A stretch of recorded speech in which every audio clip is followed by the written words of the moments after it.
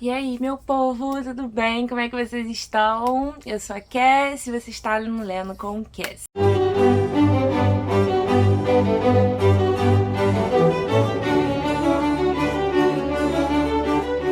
Hoje eu vim falar com vocês sobre um livro que eu li no carnaval, só que eu acabei não falando sobre ele no vlog. Eu esqueci, né, de falar e tal, eu tava muito focada ali em terminar Toda Luz que Não Podemos Ver por causa do debate do clube, e eu acabei não falando com vocês que eu li um livro pela Biblion, né, que é aquele aplicativo da Biblioteca de São Paulo, que eu falei com vocês no último vídeo, que foi Puro, da Nara Vidal. Ele é um livro... Eu diria que ele pode ser ali na ficção especulativa, né? Ele tem muitas coisas fantásticas, né? Indo mais pro gore. Só que ele também tem um pano de fundo histórico muito interessante, né? Porque ele vai contar a história de alguns personagens que vivem em Santa Clara, que é uma cidade muito pequena de Minas Gerais, uma cidade fictícia, nos anos 30. E essa cidade ela tem o objetivo de limpar, né? Limpar todas as pessoas que não fazem parte da cultura eugenista da época. E aí você entende por eugenia, né, uma melhora genética dos seres humanos. Essa teoria, né, ela foi instaurada pelo... como é o nome dele? Francis Galton. Tô aqui aberto aqui pra mim. E, né, vamos partir desse pressuposto aí, né, dessa melhora genética. Então eles faziam algumas experiências com pessoas que não se encaixavam em determinados padrões da época. Ou seja, pessoas negras, pessoas deficientes, pessoas não brancas, basicamente. Entendeu? Então o livro dela vai falar sobre isso, né? Vai falar sobre essa cidade que quer, de qualquer jeito, embranquecer a população. Eles querem erradicar pessoas negras até determinado ano.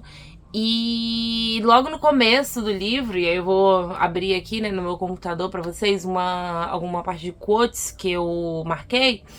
Logo no começo do livro, ela coloca um artigo de 1934 da nossa Constituição, ou melhor, da Constituição dos Estados Unidos, perdão, que é assim: artigo 138, incumbe à União, aos estados e aos municípios estimular a educação eugênica, cuidar da higiene mental e incentivar a luta contra os venenos sociais.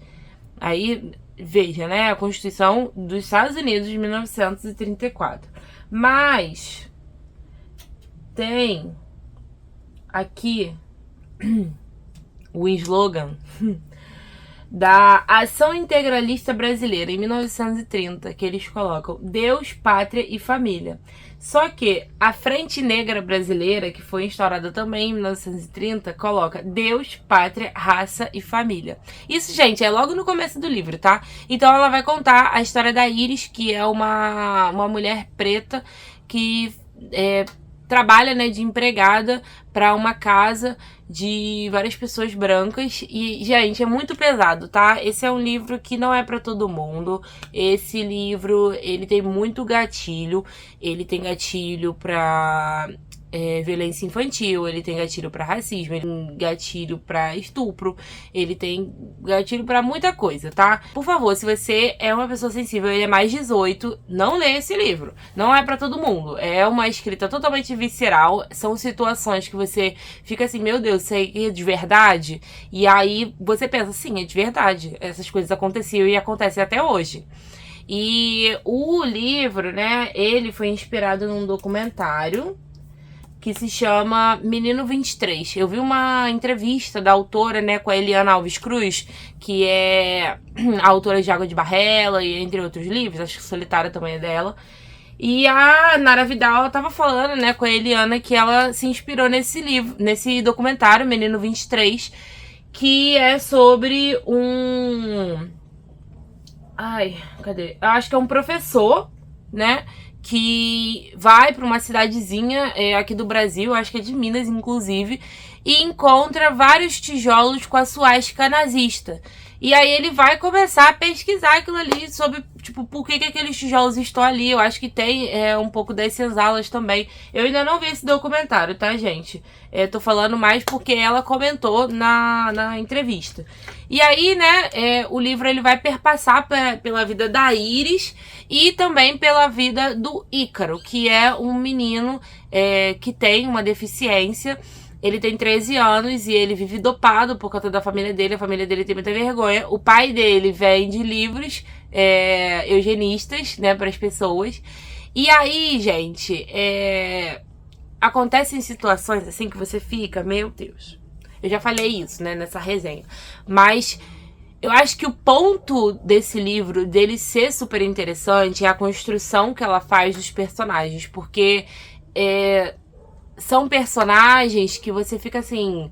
Cara, ele pode ser a pessoa, tipo, meu vizinho, sabe? Tem um padre lá, com conduta duvidosa, mas que ninguém fala nada.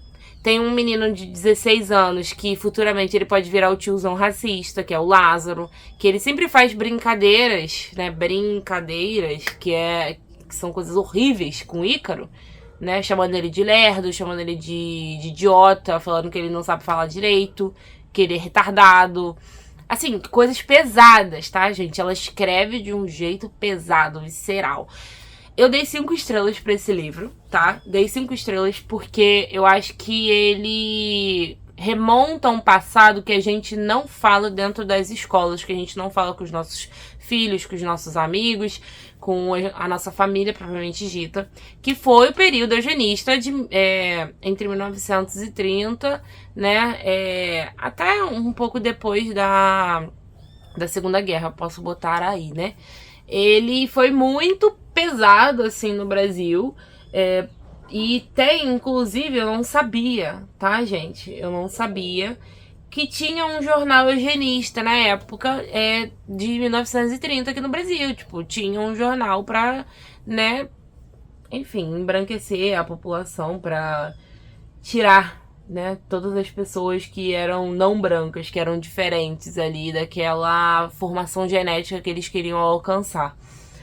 Eu tô tentando achar aqui. Eu marquei muita coisa nesse livro, tá, gente? Eu marquei muita coisa. Ele é muito cruel, assim. E ele não tem um final feliz, sabe?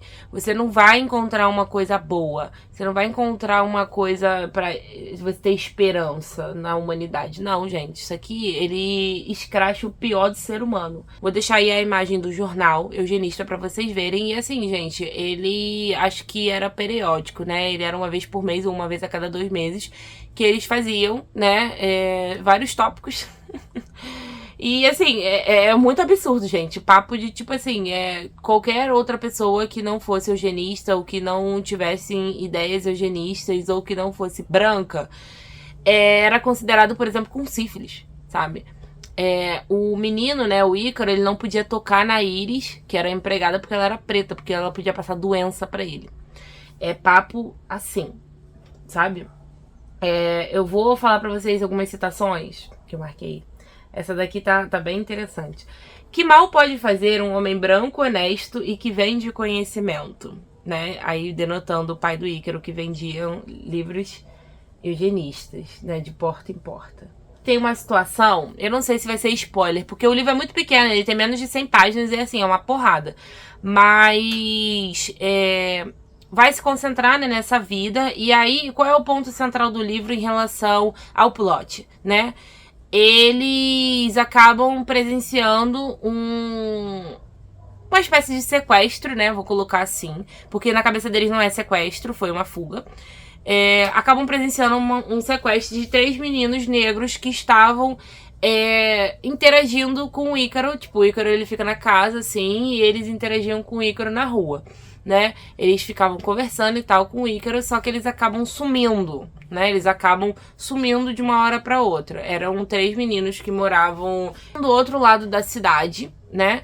E eles acabam sumindo, ninguém sabe. E aí a mãe deles fica, tipo, as mães, né? Ficam correndo atrás. E aí acabam contratando um advogado, enfim.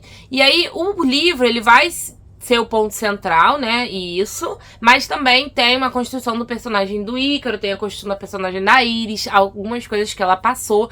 Tem 3 velhas que moram, no caso eram ao lado da casa do Ícaro, que são as 3 velhas, as 3 bruxas, né? E aí a autora até falou que ela tem um pezinho ali em Shakespeare, então pode ser, né, alguma coisa relacionada a uma novela de Shakespeare, que eu vou deixar aí também o livrinho pra vocês verem.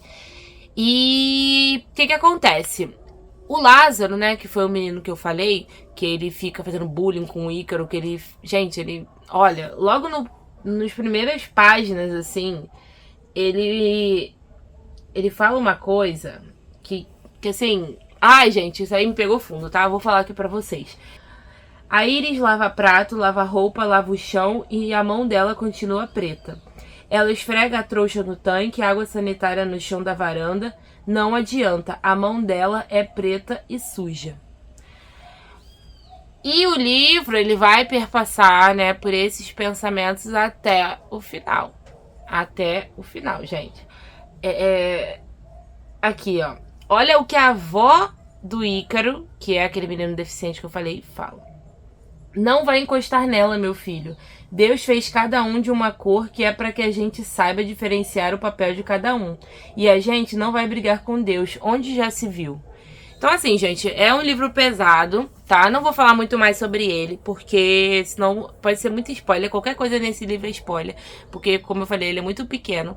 Mas ele vai remontar um passado que a gente quer esquecer. Eu acho que ele até pode colocar aí como um presente a Eliana Alves Cruz na entrevista, que eu vou deixar linkada aqui embaixo na descrição do vídeo. Ela até fala na entrevista dela que... Ela pergunta, né, pra Nara se ela acha que esse período eugenista, né, da extrema-direita, ele acabou ou ele só tá dando uma pausa e aí ele vai voltar novamente com força. E aí a gente fica se perguntando, né, porque, querendo ou não, o racismo presente aqui, as situações absurdas, talvez elas aconteçam ainda, gente. Não acontece nas grandes cidades, né, mas quem vai falar sobre o que acontece numa cidade muito pequena onde o Google Maps nem consegue chegar? Então eu acho que pelo fato da autora ter crescido numa cidade pequena de Minas, pelo fato dela ter essa escrita super visceral, eu gostei muito do livro. Eu falei, né, não recomendo pra todo mundo, essa foi uma indicação da minha amiga Cami. Cami, muito obrigada, foi maravilhoso. E como eu falei, gente, não é um livro bonito, tá? Não é um livro bonito, é um livro pesado, é um livro que vai te fazer pensar muito, repensar, né, sobre suas atitudes. Será que eu sou antirracista ou será que eu estou conivente com o sistema? Até que ponto eu estou conivente com esse sistema racista? Eu falo para as pessoas que, ai, nossa, eu não sou racista, tenho até amigos pretos. Então, assim, é bem esse ponto, tá? É bem esse ponto. E eu recomendo muito que vocês vejam a entrevista, gente. Muito, muito, muito. A Eliana Alves Cruz, ela tá impecável. A Nara também, ela é muito fofa. Então, essa foi minha resenha meio bagunçada. Ainda não sei como é que eu vou fazer resenha em vídeo, porque eu falo muito, gente. Então, super recomendo pra vocês esse livro, tá? Acho que é isso.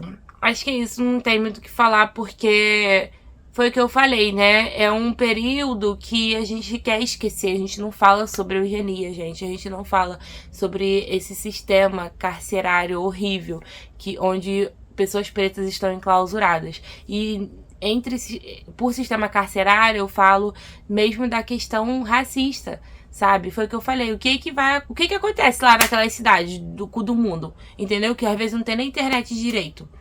A gente não sabe. A gente não sabe. A gente que tá aqui no YouTube vendo conteúdo sobre livros, a gente não sabe o que tá acontecendo. Então, ler esse tipo de literatura, né, faz abrir os olhos para muitas coisas. E o que a gente pode fazer em relação a isso?